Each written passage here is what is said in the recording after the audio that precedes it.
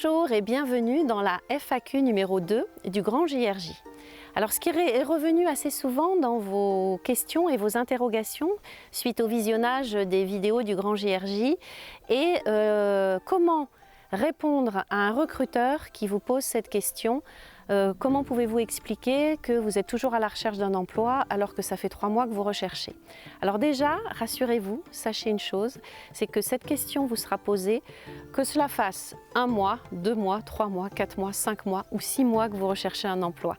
Ce n'est pas finalement la durée qui va faire qu'il vous pose cette question, c'est un peu pour vous mettre en difficulté, c'est aussi pour vous tester. Alors vous avez différentes options à ce moment-là.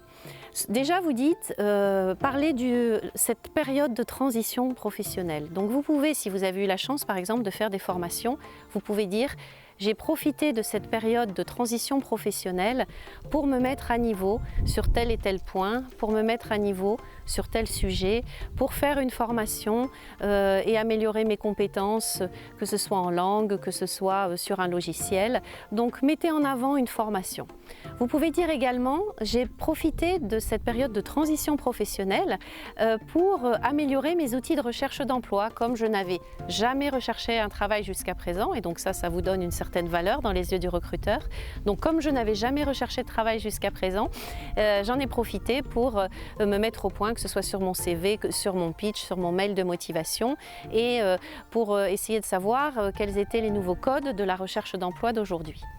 Vous pouvez également dire que, et ça c'est pour montrer votre motivation, parce qu'il faut que vous sachiez que le plus important pour un recruteur, on l'a dit, on l'a redit, c'est la motivation.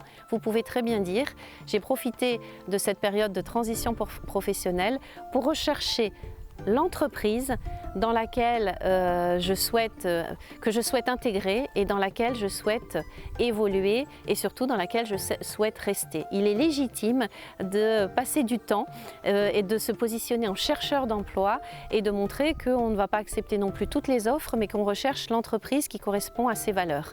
Ça peut être intéressant pour le recruteur parce que ça montre votre motivation et ça montre aussi que vous l'avez choisi.